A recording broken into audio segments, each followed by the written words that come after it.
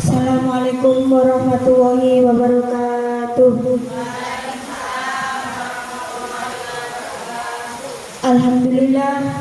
Alhamdulillahirabbil alamin wa bihi nasta'inu ala umuri dunya waddin. Asyhadu an la ilaha illallah wa asyhadu anna Muhammadan abduhu wa rasuluh. La nabiyya ba'da. Amma ba'du. Pertama-tama marilah kita panjatkan puja dan puji syukur kehadirat Allah Subhanahu wa taala atas berkat rahmat dan limpahan kasih sayang kita semua dapat berkumpul bersama di acara diseminasi modul 1.4 budaya positif. Tak lupa salawat serta salam tetap tercurahkan kepada Nabi Muhammad SAW, Nabi akhir zaman yang menuntut kita dari zaman yang gelap menuju jalan yang terang benderang, yakni Agungul Islam. Saya di sini sebagai moderator diseminasi modul 1.4 akan membacakan susunan acara pada pagi hari ini. Acara yang pertama yakni pembukaan. Acara yang kedua yakni diseminasi modul 1.4 budaya positif. Acara yang ketiga penutup atau doa. Menuju acara pertama yakni pembukaan, marilah kita semua membaca ayat Al-Quran yakni suratul Fatihah. Ila hadratin Nabi Mustafa Muhammadin sallallahu alaihi wasallam. Al-Fatihah.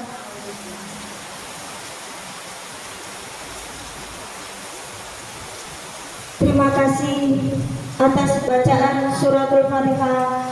Semoga nanti acara kita dari awal hingga akhir akan berjalan dengan lancar. Amin amin Allahumma amin. Untuk acara yang kedua yakni diseminasi modul 1.4 budaya positif yang akan disampaikan untuk pada pagi hari ini yakni Bapak Anjar Hadi Purnomo. Waktu dan tempat kami persilakan.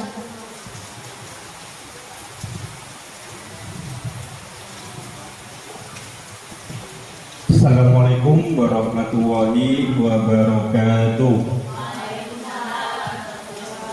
Di sini saya akan melaksanakan diseminasi modul 1.4 budaya positif dari pendidikan guru penggerak, yang mana ini adalah kegiatan akhir di modul 1 sub 1.4 budaya positif. Saya juga mengucapkan terima kasih kepada Bapak Ibu yang telah bersedia meluangkan waktunya dalam rangka mengikuti dan menghadiri kegiatan diseminasi berikut. Nah, mungkin kalau belum kenal sama lembaga yang kenal ya, ini foto saya ya. Handphone ya. Sebelum masuk ke modul atau tema-tema yang akan kita bahas, yaitu kita perlu ketahui yaitu budaya positif. Apa itu budaya positif? Budaya positif merupakan nilai-nilai atau keyakinan-keyakinan dan kebiasaan di sekolah yang berpihak kepada murid, agar murid dapat berkembang menjadi pribadi yang kritis, penuh hormat, bertanggung jawab, dan berkarakter. Itu merupakan pengertian dari budaya positif. Budaya positif merupakan perwujudan dari nilai atau keyakinan universal, keyakinan yang umum yang diyakini manusia secara umum yang diterapkan di sekolah. Kemudian budaya positif tidak dapat diciptakan secara instan, tetapi penerapannya diperlukan tuntunan dan keteladanan dari seorang guru yang berkelanjutan atau continue. Next.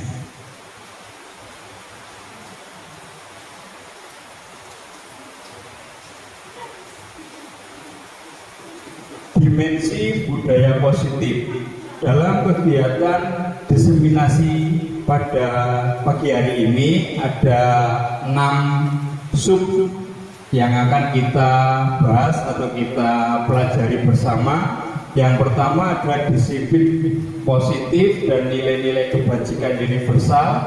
Yang kedua, teori motivasi, hukuman dan penghargaan serta restitusi.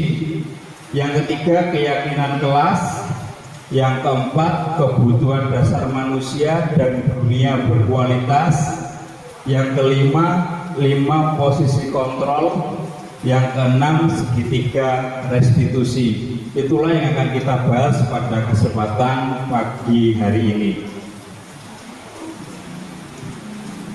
Yang pertama, sub yang pertama yaitu disiplin positif dan nilai-nilai kebajikan universal. Ada 3 sub pokok bahasan yang akan kita bahas. Yang pertama, perubahan paradigma, kemudian disiplin positif dan nilai-nilai kebajikan universal itu sendiri.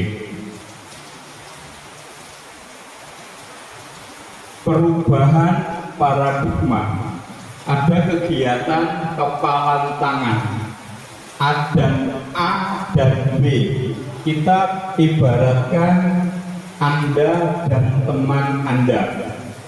Sobeklah secari kertas kecil, tuliskan benda atau sesuatu yang sangat berharga menurut Anda. Letakkan di salah satu tangan Anda dan genggam benda tersebut dengan segala daya upaya. Buatlah sebuah kepalan dan teman Anda akan mencoba membuka sekuat tenaga dengan berbagai cara untuk meminta benda tersebut. Teman Anda bisa membujuk, bisa mengancam, menghardi, merayu, bahkan menyuap Anda agar Anda mau membuka kepalan tangan Anda tersebut. Nah, kira-kira jika Anda menjadi seorang A, kira-kira Anda akan membuka kepalan tangan atau tidak? Dibujuk, dirayu, disuap 10 juta, kira-kira mau atau tidak?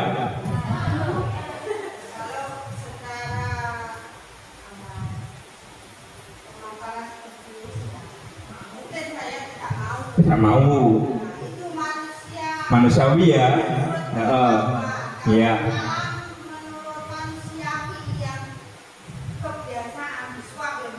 Mesti mau, iya.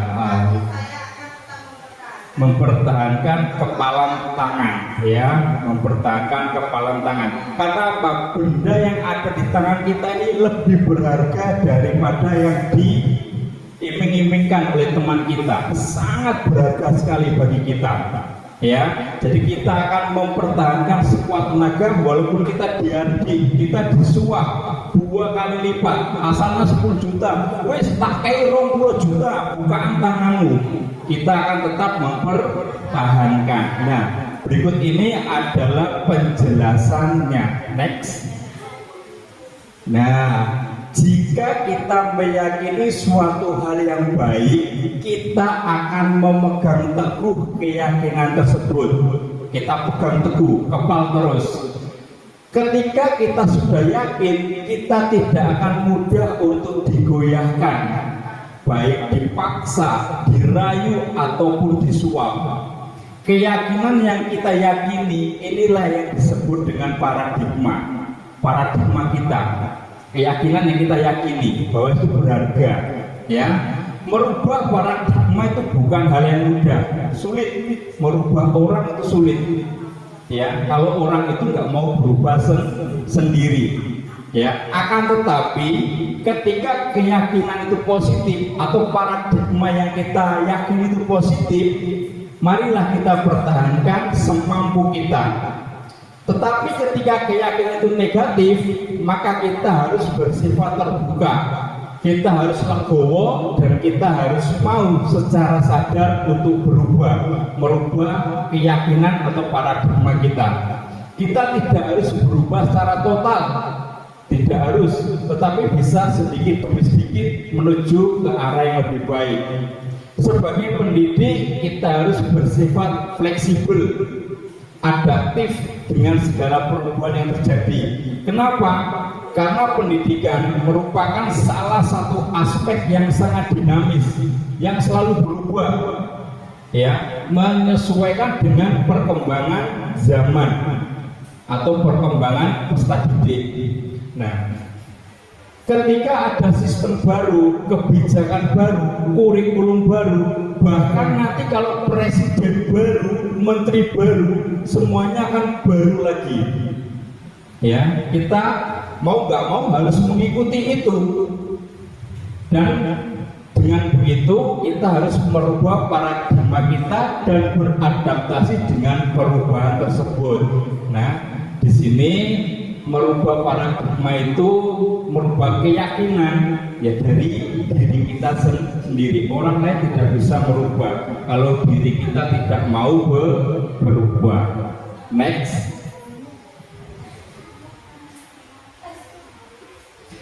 Disiplin positif, sub yang kedua, ya, disiplin positif. Ketika kita mendengar kata disiplin, yang terbayang di benak Bapak Ibu itu apa? Patuh, teratur, hukuman, dan lain sebagainya, ya.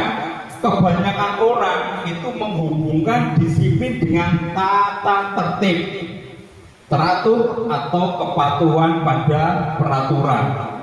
Kata disiplin juga sering dihubungkan dengan hukuman bagi yang melanggar, padahal semuanya itu berbeda. Nah, untuk mengetahui lebih lanjut di slide berikutnya tentang apa itu disiplin positif. Disiplin positif, seorang yang memiliki disiplin yaitu mereka dapat mempertanggungjawabkan apa yang dilakukan. Seseorang mampu mempertanggungjawabkan yang dilakukannya. Kemudian murid yang memiliki disiplin positif adalah pribadi yang memiliki motivasi internal, intrinsik, untuk melakukan tindakan yang sesuai dengan nilai-nilai kebajikan atau nilai-nilai luhur yang ada di sekitar lingkungannya. Sebagai pendidik, tugas kita adalah membimbing siswa untuk memiliki disiplin diri yang berasal dari diri sendiri, bukan karena takut dihukum. kalau bisa mendisiplinkan anak itu tanpa hukuman.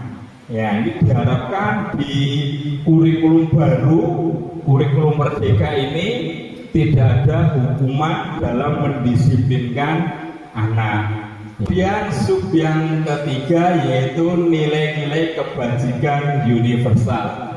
Nilai kebajikan adalah sifat positif manusia yang merupakan tujuan mulia yang ingin dicapai setiap individu atau manusia. Nilai ini bersifat universal yang artinya lintas bahasa, suku bangsa, agama maupun latar belakang. Nilai-nilai ini diakui oleh di berbagai negara, berbagai suku bangsa maupun agama. Itu nilai-nilai kebajikan universal. Adapun nilai kebajikan yang ingin dicapai oleh setiap anak Indonesia, yaitu yang kita kenal dengan profil pelajar Pancasila. Pada era Bapak Nadiem, Menteri Pendidikan kita, ini digaungkan tentang profil pelajar Pancasila, yang mana memiliki 6 dimensi. Yang pertama, beriman, bertakwa kepada Tuhan Yang Maha Esa dan berakhlak mulia. Yang kedua, diharapkan anak-anak kita mandiri dalam segala hal, baik itu di rumah maupun di sekolahan, mengerjakan tugasnya. Diharapkan anak-anak bisa mandiri, tidak bergantung pada orang lain. Karena apa? Jika sudah dewasa anak masih belum mandiri, kasihan anaknya. Kemudian yang selanjutnya, bernalar kritis atau berpikir hot thinking, berpikir mencari solusi, memecahkan suatu permasalahan. Anak-anak diharapkan punya pemikiran yang hot ya, sehingga anak-anak bisa memecahkan suatu permasalahan yang terjadi pada hidupnya nanti. Kemudian yang selanjutnya, keempat, berkebinekaan global.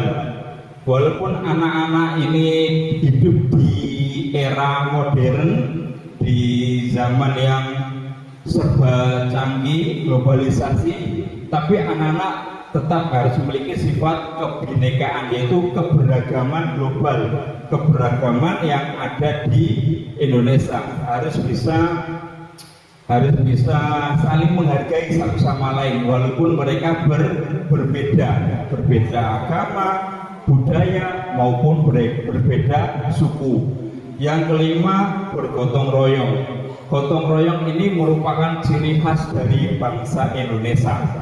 Ya, di era sekarang gotong royong sudah mulai luntur, apalagi di kota-kota besar atau di perumahan. Jangankan kota besar, di desa saya pun gotong royong ini sudah mulai luntur ya. Kemudian yang keenam, anak-anak diharapkan untuk kreatif dalam menciptakan suatu hal atau melakukan penemuan yang bermanfaat bagi kehidupannya atau bagi masyarakat luas.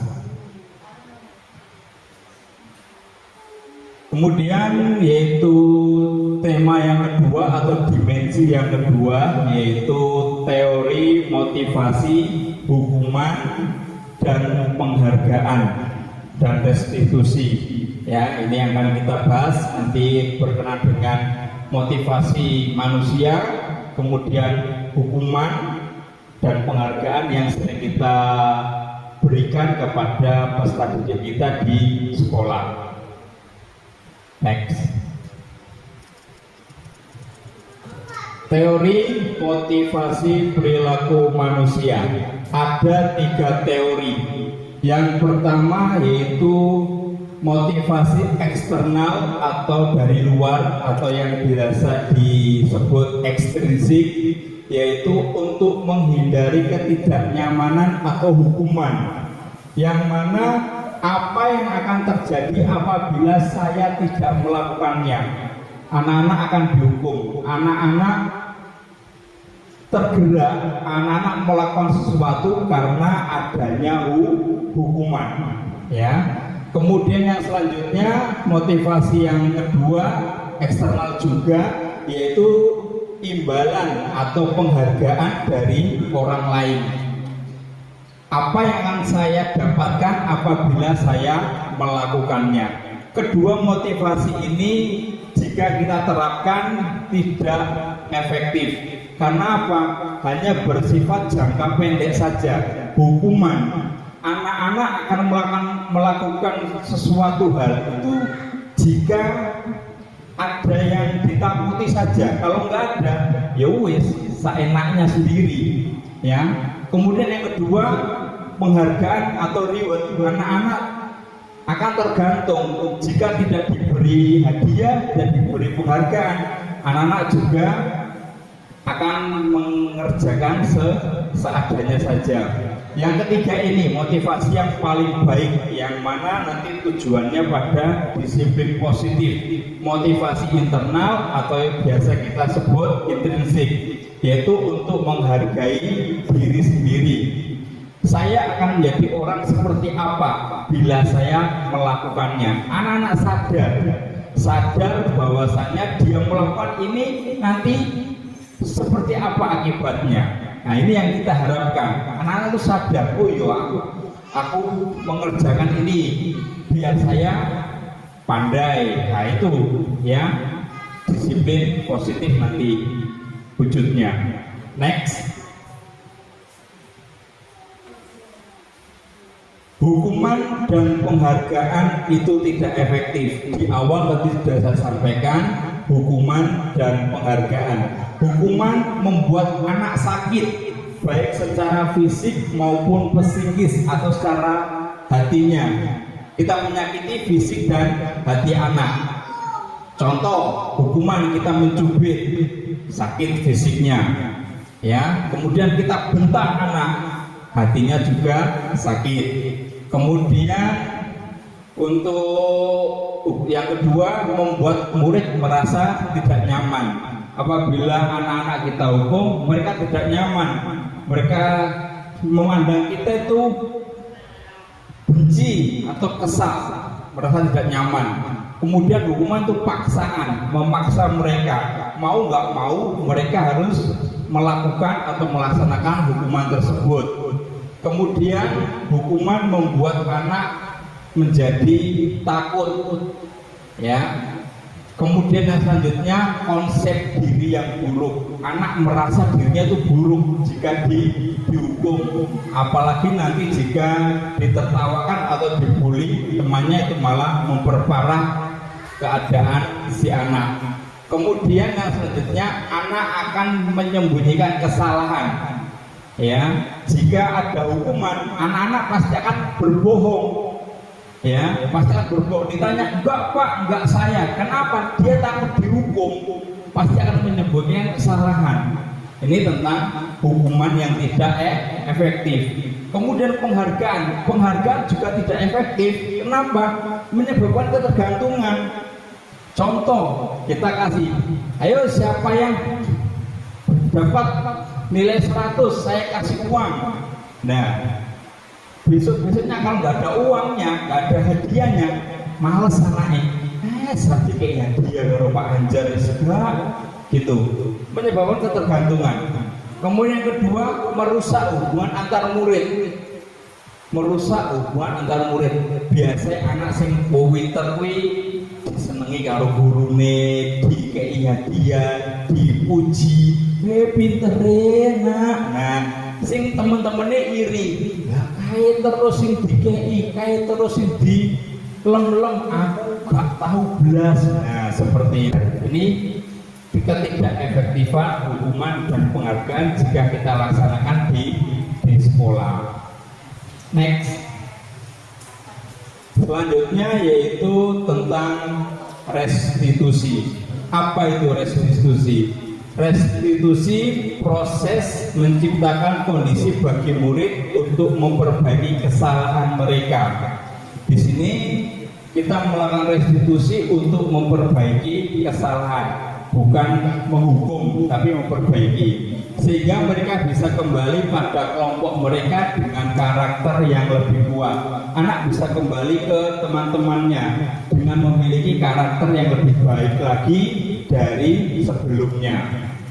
Kemudian restitusi juga merupakan proses kolaboratif yang mengajarkan murid untuk mencari solusi untuk masalah mereka.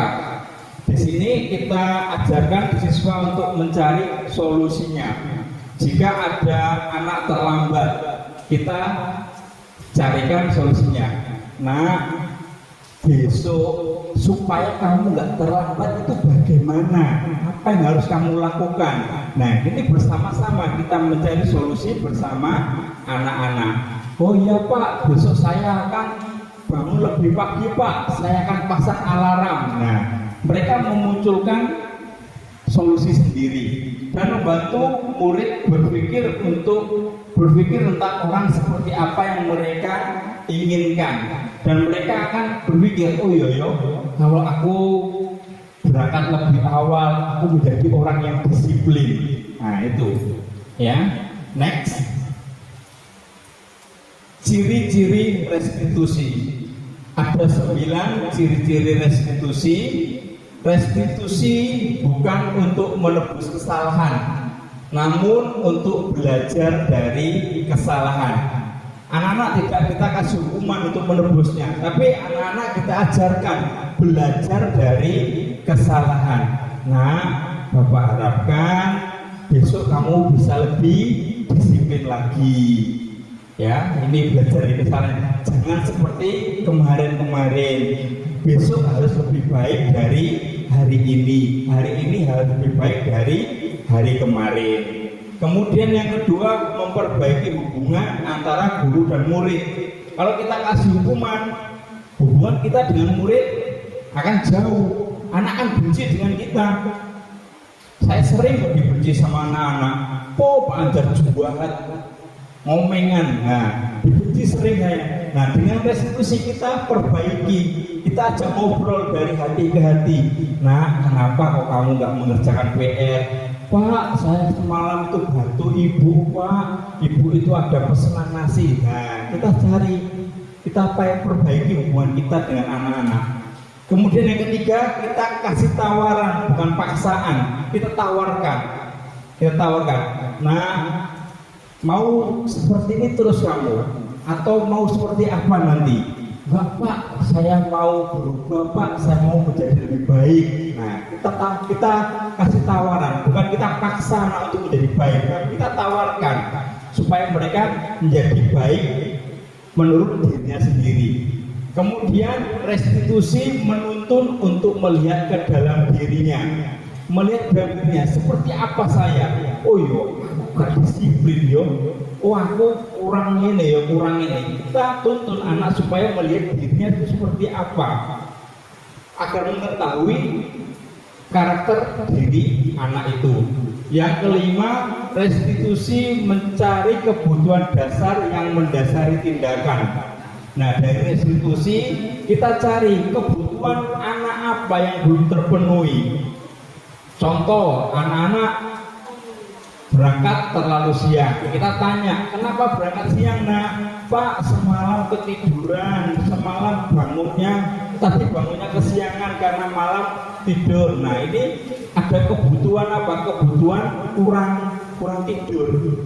Kurang tidurnya kurang. Nah ini kita cari kebutuhan dasar yang mendasari tindakan anak. Kemudian yang keenam, restitusi adalah cara yang paling baik. Cara yang paling baik karena apa? Karena ini tidak memaksa, tidak menghukum, tidak menjudge siswa menjadi anak yang bandel atau yang lainnya. Kemudian restitusi fokus pada karakter bukan tindakan. Yang kita perbaiki karakternya bukan tindakannya. Kalau hukuman kita tindakannya, jangan seperti itu. Tapi kalau restitusi karakternya, dengan karakter yang baik, tindakan anak pasti baik. Kalau tindakan baik, karakter belum tentu baik, karena tindakan bisa berpura-pura. Kemudian restitusi fokus pada solusi. Kita carikan solusi, kita cari solusi bersama anak-anak. Bagaimana besok agar kamu bisa mengerjakan PR lagi? Ya Pak, nanti malam mulai hari ini saya akan tidak main HP dulu Pak, saya kerjakan PR-nya dulu, selesai itu baru main. Nah, kita carikan solusi, fokus pada solusi bukan kesalahan. Tidak berfokus pada kesalahan anak, tapi solusinya bagaimana. Kemudian restitusi mengembalikan murid yang berbuat salah pada kelompoknya. Kita antarkan anak menuju kelompoknya menjadi pribadi yang lebih baik lagi. Next. Nah, ini ada contoh hukuman dan konsekuensi. Dari restitusi muncul hukuman dan konsekuensi, dan nanti terakhir restitusi yang paling baik. Ya, ini ada hukuman. Anak disuruh mencatat 100 kali, termasuk hukuman. Lari mengelilingi lapangan karena terlambat, hukuman. Diminta push up, hukuman. Mengganti kertas, konsekuensi. Membersihkan tumpahan air di meja, konsekuensi. Murid disuruh tidak mengenakan sepatu seharian, hukuman. Lari mengelilingi lapangan karena terlambat, konsekuensi. Dari tabel ini kira-kira ada yang bisa membedakan antara hukuman dan konsekuensi?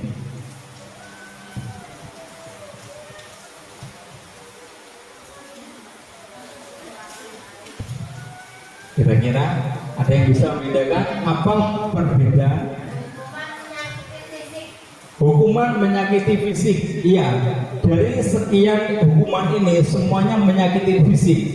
Disuruh mencatat, capek tangannya, fisiknya sakit. Disuruh lari, capek dia, fisiknya sakit. Suruh push up, sama. Ya, ini loh, itu menyakiti dia, menyakiti psikisnya. Dia malu. Ya, menyakiti, hukuman itu menyakiti. Kalau konsekuensi itu adalah akibat dari perbuatan anak. Jika anak melakukan, ya konsekuensinya seperti itu, ya harus kamu lakukan. Tapi ini masih kurang baik. Yang paling baik nanti restitusi yang kita bahas di selanjutnya. Nah, ini identitas gagal dan identitas sukses yang saya sampaikan tadi, antara hukuman, konsekuensi, dan restitusi. Ya, nah kita ambil langsung di tengah-tengahnya saja sini. Identitas gagal hukuman. Sistem tidak akan berjalan bila murid tidak takut. Murid akan patuh, akan disiplin. Lek takut tok, lek gak takut gak akan dia disiplin. Contoh di kelas saya, ya, saya pasang wajah galak, ya, takut patuh semua, ya. Kemudian ada saya suatu hari pasang wajah nggak begitu galak, nggak menakutkan. Anak-anak pasti akan juga berbeda tanggapannya atau sikapnya di dalam kelas.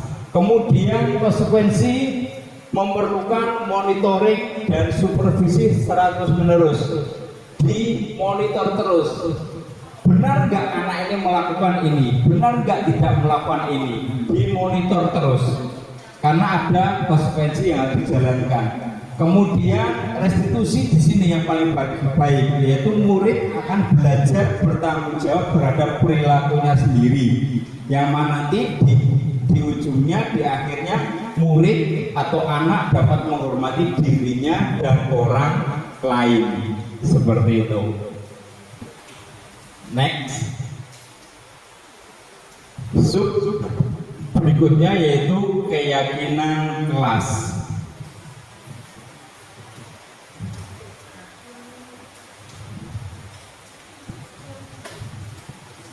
Mengapa tidak peraturan saja?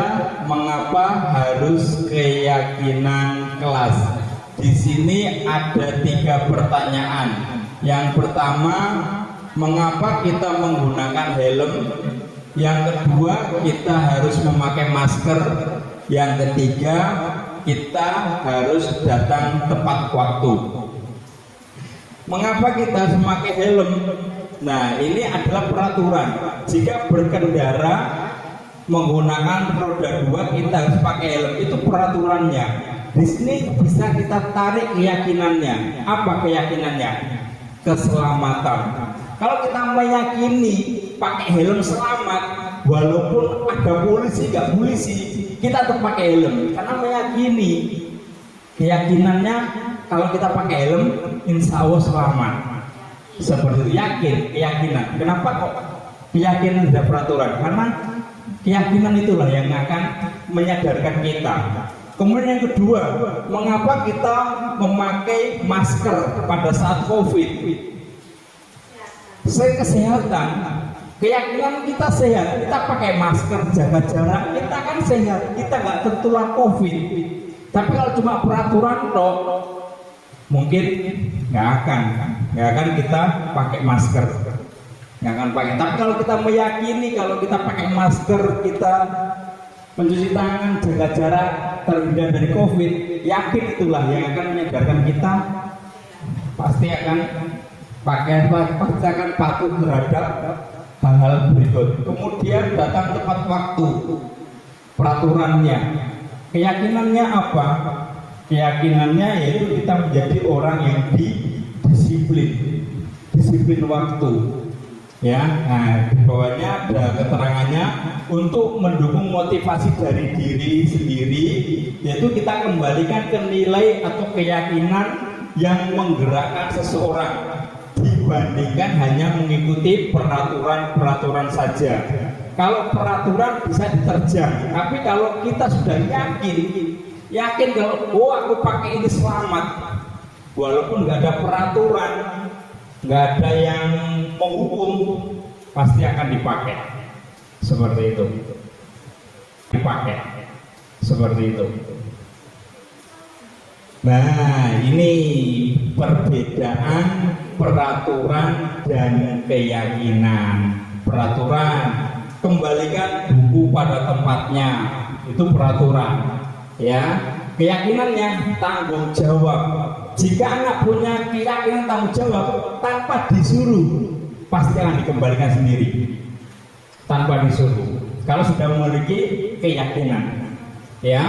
Kemudian dilarang mengganggu orang lain. Biasanya kita sering ke anak-anak, kau usah ganggu bocah, ojo dianu koncone, ya kan? Nah itu cuma peraturan toh, tapi itu bekerja. Tapi kalau dia mempunyai keyakinan menghormati orang lain, oh iya aku menghormati, oh iya aku mau dikenal ngono, ya aku ojo ngono, seperti itu. Kemudian hadir 15 menit sebelum pembelajaran, itu peraturan. Masih bisa terjang, kadang anak terlambat masih ada. Tapi kalau dia komitmen untuk disiplin, keyakinannya yang dipakai, walaupun tanpa dihukum pun mereka pasti akan datang lebih awal. Kemudian dilarang melakukan kekerasan, keyakinannya menghormati orang lain, ya. Dilarang menggunakan narkoba, keyakinannya kesehatan. Nah ini di era-era sekarang lagi tren anak-anak muda menggunakan narkoba. Karena apa? Mereka belum meyakini bahwa kalau menggunakan narkoba itu merusak kesehatan. Hanya kesenangan toh yang mereka dapatkan, tapi mereka tidak meyakini. Tapi kalau mereka meyakini kalau kita menghindari narkoba kita sehat, tidak akan anak terjerumus ke narkoba. Kemudian yang selanjutnya bergantian atau menunggu giliran. Nah ini kita sering menjumpai, walaupun ada peraturan seperti itu, anak masih menyerobot kok, ya kan? Masih menyerobot. Tapi kalau mereka meyakini, punya keyakinan sabar atau menghormati orang lain, dengan sendirinya mereka bisa tertib. Kemudian menggunakan masker, kesehatan atau keselamatan sama seperti di awal. Kemudian jangan lari di kelas atau koridor. Nah ini juga sering di lembaga saya disampaikan, anak-anak akan lari beli jajan, lari ke kantin, lari. karena mereka belum meyakini keselamatan atau keamanan dirinya. Kalau mereka sudah meyakini keamanan atau keselamatan bagi dirinya, mereka tidak akan melanggar atau menerjang peraturan yang ada. Di sini intinya keyakinan itu lebih menyadarkan orang daripada peraturan. Next. Kebutuhan dasar manusia dan dunia berkualitas.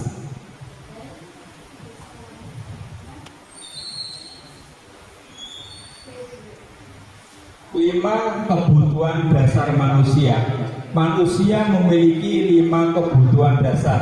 Di sini disebutkan yang pertama kebutuhan bertahan hidup. Kebutuhan bertahan hidup itu bisa mencari makan atau mendapat tempat untuk berlindung.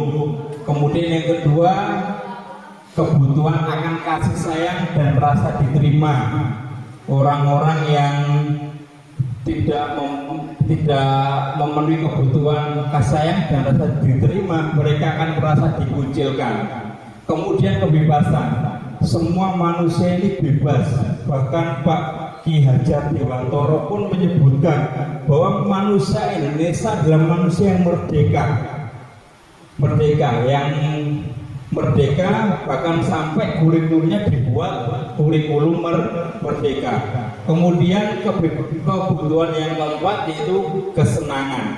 Semua manusia pasti butuh kesenangan. Yang selanjutnya penguasaan atau power. Ketika seorang murid melakukan suatu perbuatan yang bertentangan dengan nilai-nilai kebajikan atau melanggar peraturan, hal itu sebenarnya karena mereka gagal memenuhi kebutuhan dasar mereka. Dari 5 kebutuhan ini, ada salah satu kebutuhan yang belum dipenuhi, yang dimiliki oleh siswa tersebut, sehingga mereka melakukan hal-hal yang melanggar. Next. 5 posisi kontrol. 5 posisi kontrol kita sebagai guru di sini ya, bukan kontrol yang lain.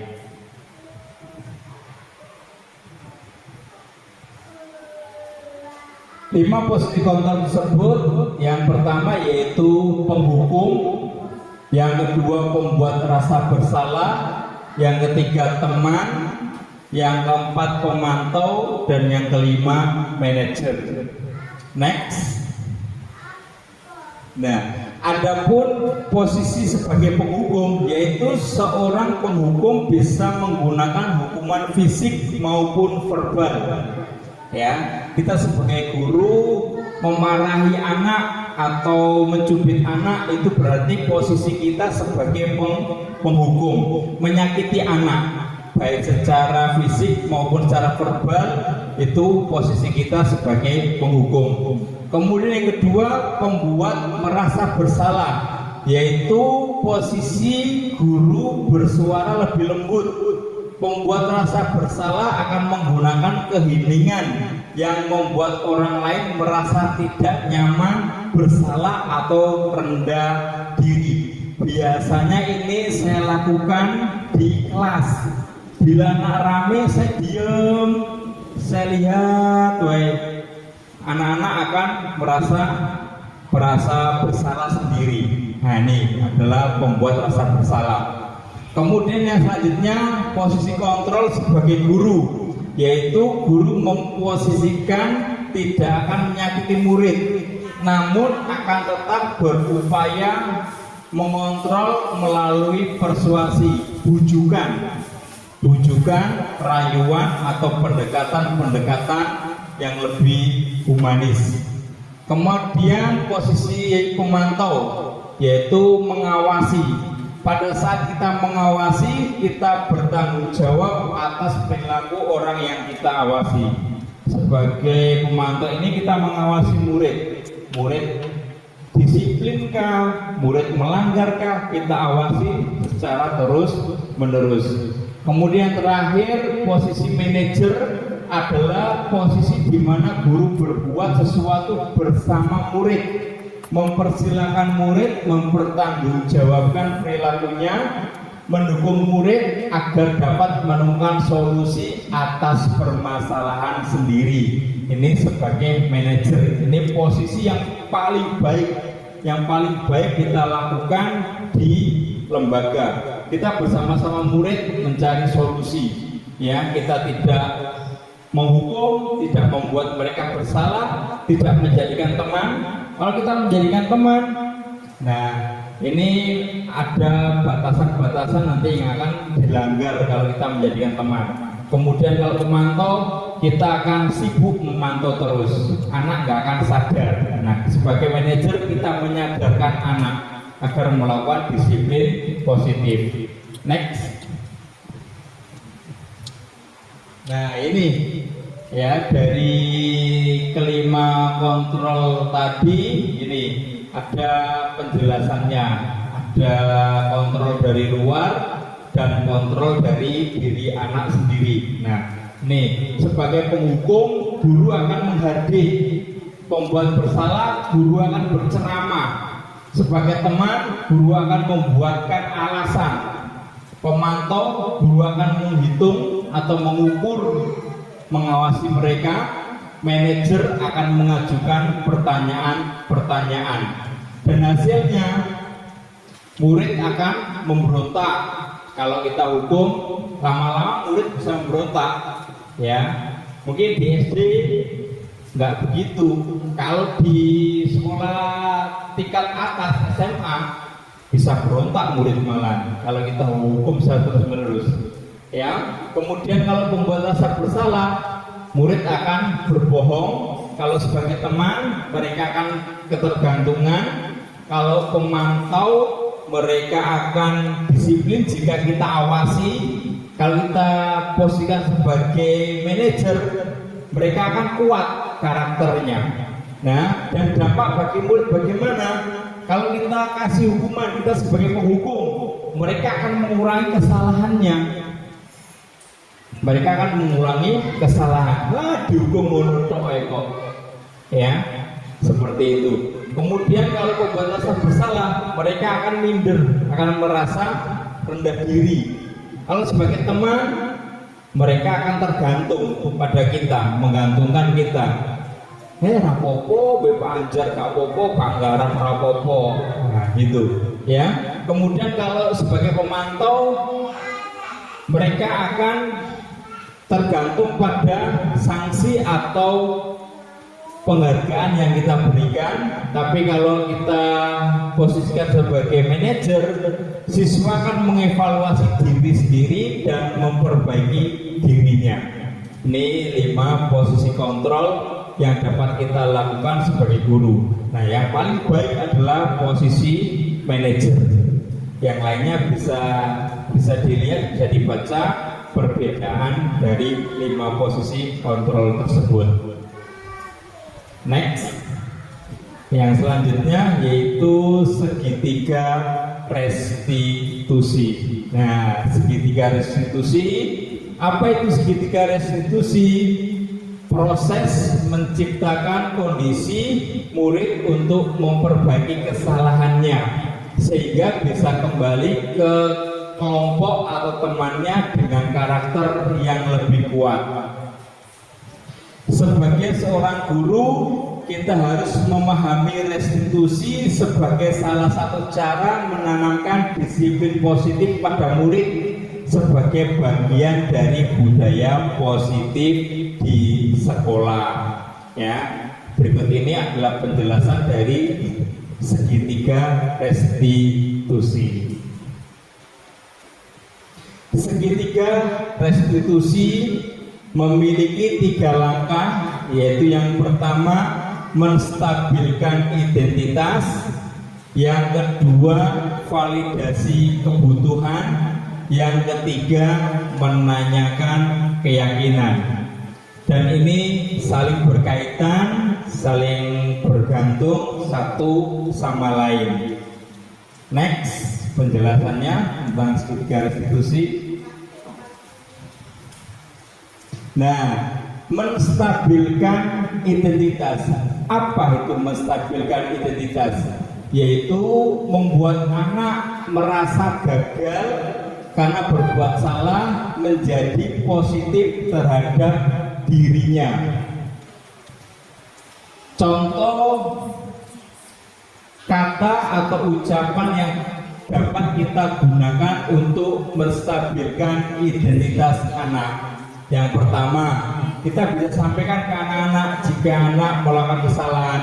Nah, berbuat salah itu hal manusiawi. Semua orang pernah melakukan salah. Tidak ada manusia yang sempurna. Bapak Ibu juga pernah berbuat salah. Kemudian kita pasti bisa menyelesaikan permasalahan ini. Bapak Ibu tidak tertarik untuk mencari tahu siapa yang benar, siapa yang salah. Saya atau Bapak Ibu di sini mau menyelesaikan masalah yang kalian hadapi. Kemudian kalau kamu menyalahkan dirimu sendiri terus-menerus, apa kamu akan bersikap baik pada dirimu? Nah, ini pertanyaan-pertanyaan yang dapat kita lakukan saat menstabilkan identitas anak. Ya, anak berbuat salah, kita panggil, kita sampaikan, biar mereka merasa dihargai, tidak merasa bersalah terus anak itu. Ya, kenapa? Karena tidak ada manusia yang sempurna. Semua orang pernah berbuat salah, kita sampaikan sehingga anak-anak, oh iya, Pak Guru ya pernah salah. Oh, nggak cuma aku saja yang salah, sehingga muncul rasa positif pada dirinya. Ya, next, validasi kebutuhan. Apa itu validasi kebutuhan?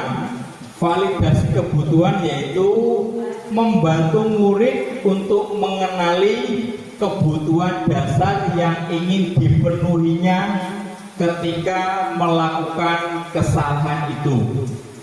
Pada dasarnya setiap tindakan manusia tujuannya adalah untuk memenuhi kebutuhan dasar. Apakah kebutuhan penguasaan, kebutuhan kebebasan, kasih sayang dan rasa diterima, kesenangan, atau bertahan hidup. Biasanya ini bisa kita gunakan kata-kata seperti ini. Kamu bisa saja kan melakukan hal yang lebih buruk, tapi kamu tidak melakukannya. Kamu pasti punya alasan mengapa melakukan hal tersebut. Apa yang penting bagi kamu? Ini kata-kata yang kita gunakan untuk memvalidasi kebutuhan siswa. Kamu boleh tetap berusaha menjaga sikap itu, tapi tambahkan sikap yang lain yang baru. Maukah kamu belajar cara lain untuk mendapat yang kamu butuhkan tanpa harus memukul? Apakah kamu bisa melakukan dengan lebih baik besok lagi? Ini untuk validasi kebutuhan. Nah, kita tanya alasannya.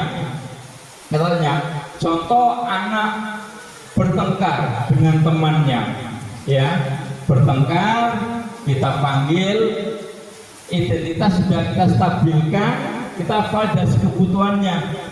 Mas, sampan lapo kok mukul temene? Aku senang kok Pak, seneng aku Pak garai. Saya senang. Nah, berarti kebutuhan kesenangan anak belum terpenuhi, sehingga mereka memenuhi kebutuhan itu dengan memukul temannya. Itu, ya.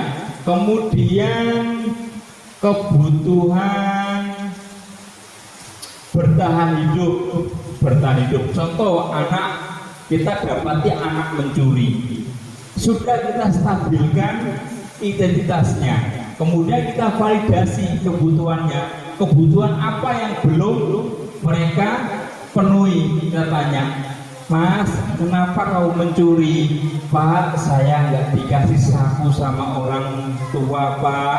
Saya lapar, Pak, belum sarapan. Nah, berarti kebutuhan hidupnya belum terpenuhi.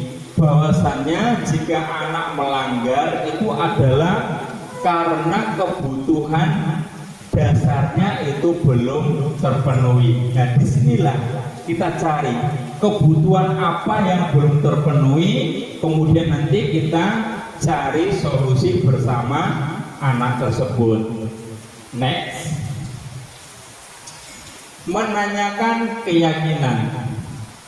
Di sini anak melihat kesalahannya dihubungkan dengan norma sosial atau nilai-nilai yang mendasari manusia berinteraksi dengan orang lain, atau nilai-nilai kebajikan universal.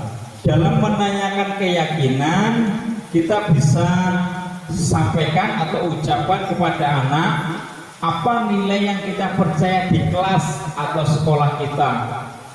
Nilai-nilai universal apa yang telah kita sepakati? Kelas yang ideal itu seperti apa sih? Kamu ingin jadi anak seperti apa? Apa yang kamu rasakan ketika kamu melakukan itu? Kamu menjadi orang yang seperti apa? Kita tanyakan keyakinan pada anak. Sebelumnya sudah kita bahas tentang keyakinan kelas. Nah, di keyakinan kelas kita buat bersama anak-anak, ya, bukan peraturan tapi keyakinan yang membuat anak itu melakukan disiplin positif. Kita tanya, Mas, sampean mencuri itu kira-kira sesuai nggak dengan keyakinan yang kita buat? Seperti itu. Ya, itu kita menanyakan keyakinan. Kita tanyakan, apakah sesuai? Anak akan menjawab, tidak sesuai, Pak. Oh ya, kita tanyakan lagi, keyakinan apa yang kita buat? Tidak mengganggu, Pak, bertanggung jawab, Pak, jujur. Nah, anak-anak kita sadarkan akan keyakinan yang telah kita buat bersama. Kita sampaikan, kita tanyakan keyakinan kelas yang telah dibuat, atau kita hubungkan dengan norma-norma yang ada di sekitar kita. Nah, jika sampai datang terlambat seperti ini, apakah baik? Apakah anak-anak sudah disiplin? Pasti anak akan menjawab tidak.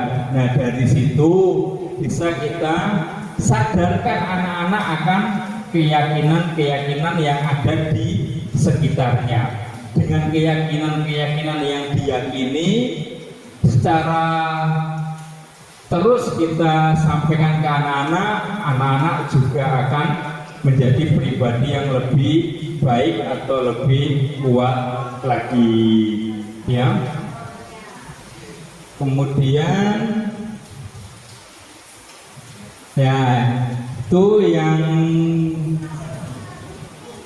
dapat saya sampaikan pada kesempatan diseminasi pada pagi hari ini.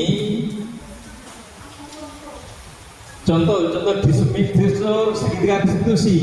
Ya, ada contoh segitiga restitusi. Sebentar kita lihatkan.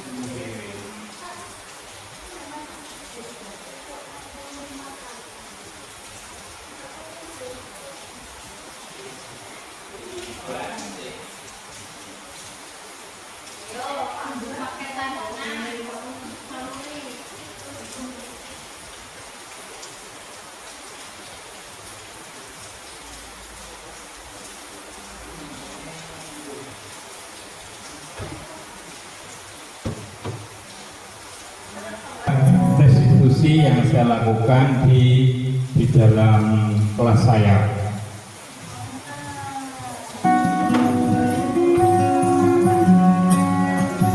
Ini adalah orang-orang yang membersamai saya dalam kegiatan pendidikan guru penggerak.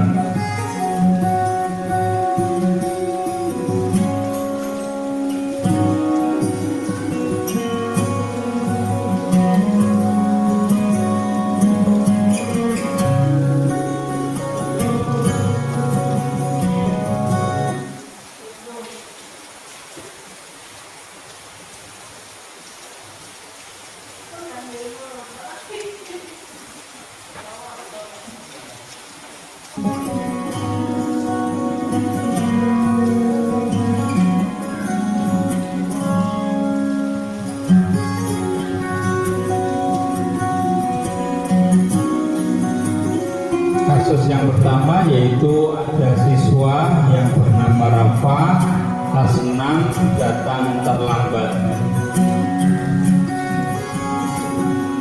Kemudian kasus yang kedua yaitu Zaki pada hari Senin tidak memakai topi saat upacara bendera.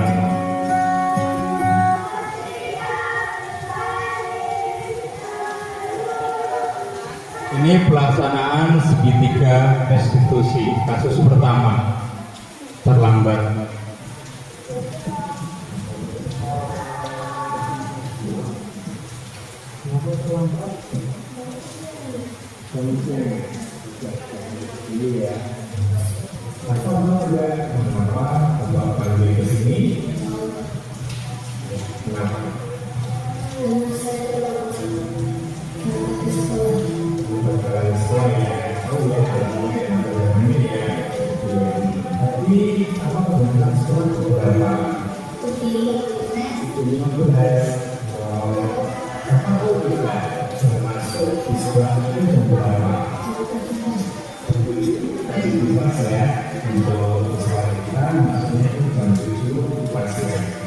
Kira-kira jika lapor berangkat jam 7.15, apakah langsung sudah datang waktu? Tidak ya, tidak terlambat ya. Jadi kalau terlambat itu kita melanggar aturan tidak melanggar aturan. Ya, setiap hari pasti pernah bersalah. Berikut menstabilkan integritas peserta didik ya dengan berbagai pertanyaan yang saya sampaikan di awal tadi. Kita stabilkan bahwasanya setiap orang itu pernah berbuat salah agar si anak ini tidak merasa minder, tidak merasa terus bersalah. Bahwasanya semua manusia pernah bersalah. Kemudian kita memvalidasi tindakan yang salah atau kita mencari kebutuhan apa yang belum terpenuhi pada si anak tersebut. Berarti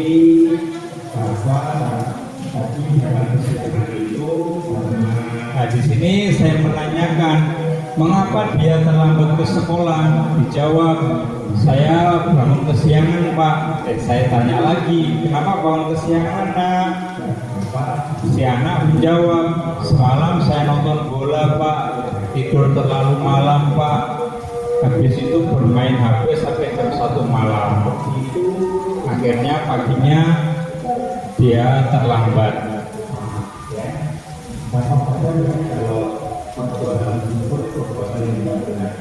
Nah, kita tanyakan juga perbuatannya benar atau tidak.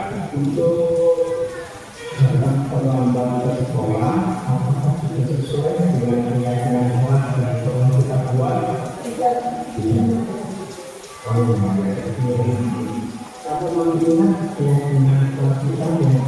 nah, ini kita tanyakan tentang keyakinan yang pernah kita buat di dalam kelas, apakah yang dilaksanakan itu sesuai dengan keyakinan yang pernah kita buat. Kira-kira untuk ke depan apa yang kita lakukan kita carikan solusi. Kira-kira hari berikutnya apa yang akan kamu lakukan agar kamu tidak terlambat lagi. Si anak menjawab, tidur tidak terlalu malam. Kalau mau tidur tidak main HP, Pak. Kemudian kalau pagi, kalau belum bangun, minta ibu bangunkan saat malam hari dan memasang alarm. Nah, ini anak bersama dengan guru mencari solusi agar anak tidak mengulangi perbuatan yang dilaksanakan.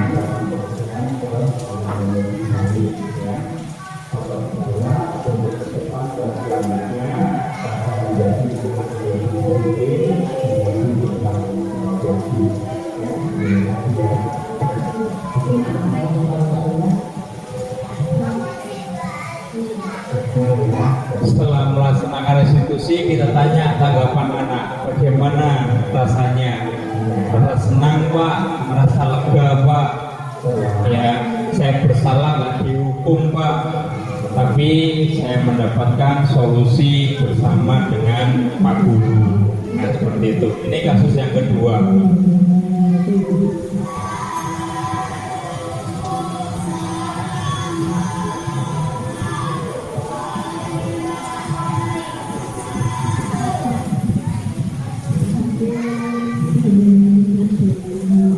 Ini ada beberapa siswa yang tidak memakai topi.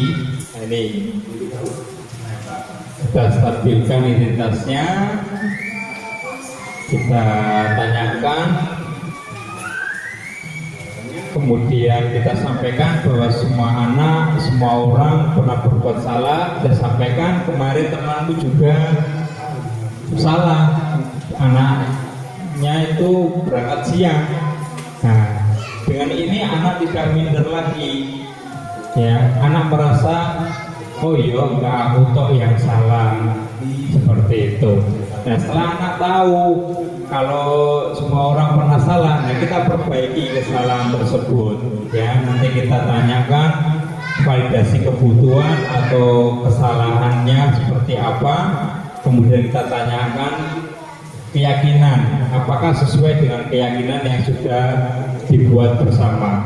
Nanti anak akan menjawab, anak akan, oh iya, tidak ya, tidak sesuai.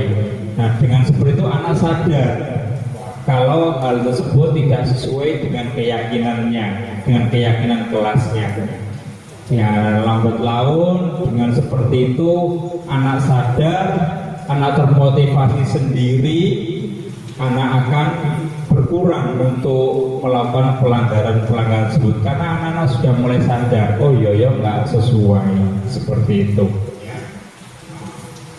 Jadi pasti punya alasan kenapa jadi tadi tidak memakai topi satu pacaran.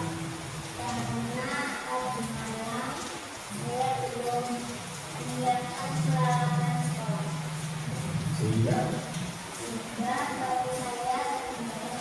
tapi jadi tadi tidak memakai topi karena topinya membagi rumah. Kenapa kok tidak?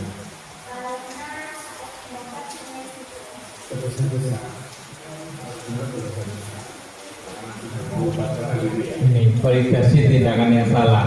Tindakan anak yang salah kita validasi, benar nggak? Sesuai nggak yang kamu lakukan itu?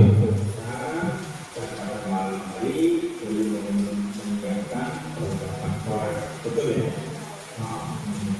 Kira-kira tidak memakai topi saat upacara bendera itu perbuatan yang benar atau tidak? Nah, kita validasi benar atau tidaknya perbuatan tersebut. Dijawab tidak.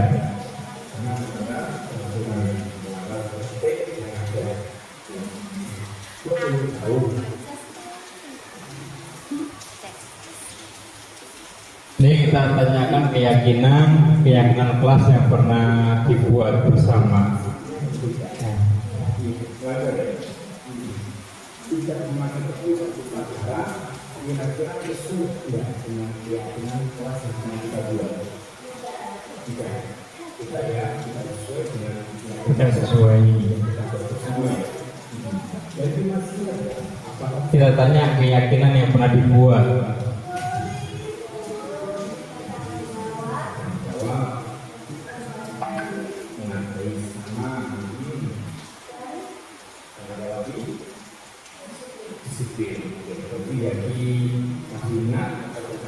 Keyakinan kuat yang kita buat.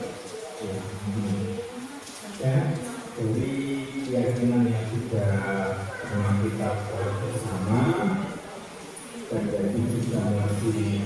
Iya, ya ini kita tanyakan keyakinannya. Anak itu meyakini hal yang benar, maka dia akan melakukan yang diyakininya. Ya, ini saya kembalikan ke moderator, mungkin ada sesi tanya jawab. Luar biasa penjelasan dari Pak Anjar ya. Terima kasih disampaikan. Semoga ilmu yang kita dapat dan bisa diterapkan di peserta didik kita masing-masing. Kita ada tanya jawab sesi, kita buka sesi satu pertanyaan,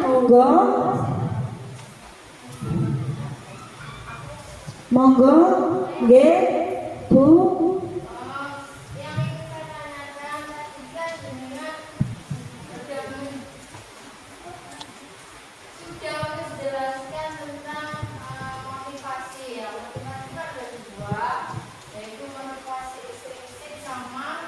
Ekstrinsik dari luar. Itu yang ingin saya tanyakan. Kalau pendengar yang dengan sampaikan ini kan teori. Iya. Teorinya yang bagus sekali. Iya. Nanti pas kita mempraktekannya menumbuhkan intrinsik dari diri anak itu. Jadi kan tahu betapa susahnya walaupun kita sudah ini harus begini, kalau tidak bisa selentingi nanti kalau nggak kerjakan ini kan jadi itu kan pasti ada itu. Jadi yang ingin saya tanyakan, menurut panjenengan bagaimana cara menumbuhkan motivasi dari dirinya anak didik kita. Terima kasih. Ya, terima kasih pertanyaannya. Mungkin bisa ditayangkan untuk slide motivasi. Nah, ini ya teori motivasi. Ada dua motivasi. Yang pertama itu motivasi eksternal, yang kedua internal atau dari diri anak. Nah, langsung saja kita di identitas gagalnya saja. Nah, ini ya, hukuman dan penghargaan itu tidak efektif yang seperti sampaikan tadi ya. Di sini anak-anak bila kita hukum ya seperti ini, anak-anak pasti akan mengulangi lagi karena takut. Ya, kalau nggak takut dia akan mengulangi lagi. Kalau penghargaan dia akan tergantung. Nah, bagaimana menumbuhkan motivasi dari dalam diri anak atau intrinsik anak? Nah, anak-anak bisa kita kasih sentuhan-sentuhan atau ucapan-ucapan atau pujian-pujian ya. Nah, kamu itu sebenarnya bisa loh lebih baik.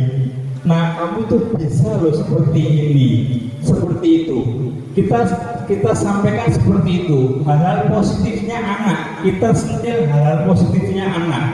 Kita sentil. Anak kalau dipuji, kalau dikasih hal-hal yang positif, dia pasti akan termotivasi untuk melakukan hal yang lebih baik lagi. Contoh saya, Pak Anjar ganteng, saya pasti akan bersisir.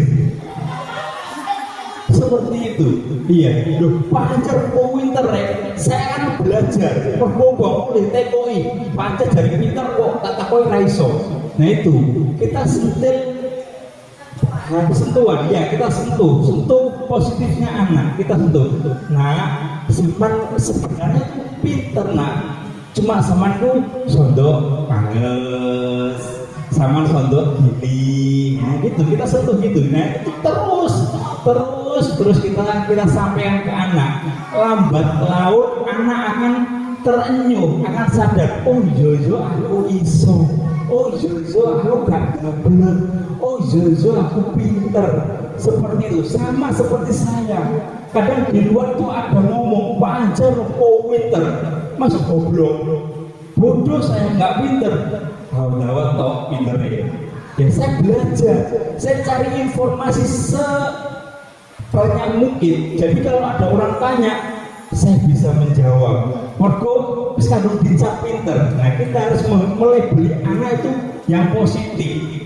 Insya Allah kalau kita labeli hal positif, anak akan melakukan hal yang kita labeli tersebut.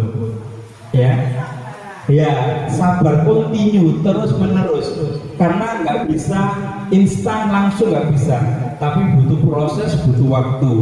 Insya Allah sedikit anak-anak akan sadar dengan sendirinya. Oh yo aku gak dablek. Oh yo aku pinter. Oh yo aku iso ya. Seperti itu. Ya saya contohkan diri saya nggak jauh-jauh. Ya seperti itu. Kalau ada orang mandang saya pinter, ya saya gawat pinter. Saya cuma cari informasi. Saya nggak pinter. Karena apa? Karena saya belum ada orang ngomong pinter. Ya saya harus sinau. Iya seperti itu. Itu untuk menumbuhkan motivasi intrinsik anak. Ya kita sentuh anaknya. Kita sentuh dengan hal positifnya. Kita sentuh. Nah, saman kowe kok gak garap, sama aslinya iso lho nak garap iki. Sama pinter matematika. Cuma sama sudah males gitu. Ya, insya Allah nanti anak akan tumbuh motivasi dalam dirinya. Ya mungkin itu yang dapat saya sampaikan untuk menumbuhkan motivasi dalam diri anak. Mungkin ada peserta atau dari Bapak Ibu yang lain menambahkan, dipersilakan. Bagaimana Ibu? Bisa diterima? Bisa, alhamdulillah.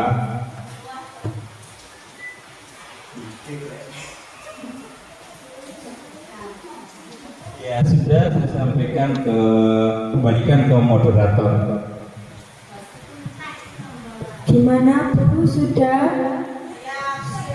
Sudah. Demikian diseminasi budaya positif 1.4 pada pagi hari ini. Saya sebagai moderator, apabila ada kesalahan, kurang lebihnya mohon maaf yang sebesar-besarnya. Wassalamualaikum warahmatullahi wabarakatuh. Waalaikumsalam warahmatullahi wabarakatuh.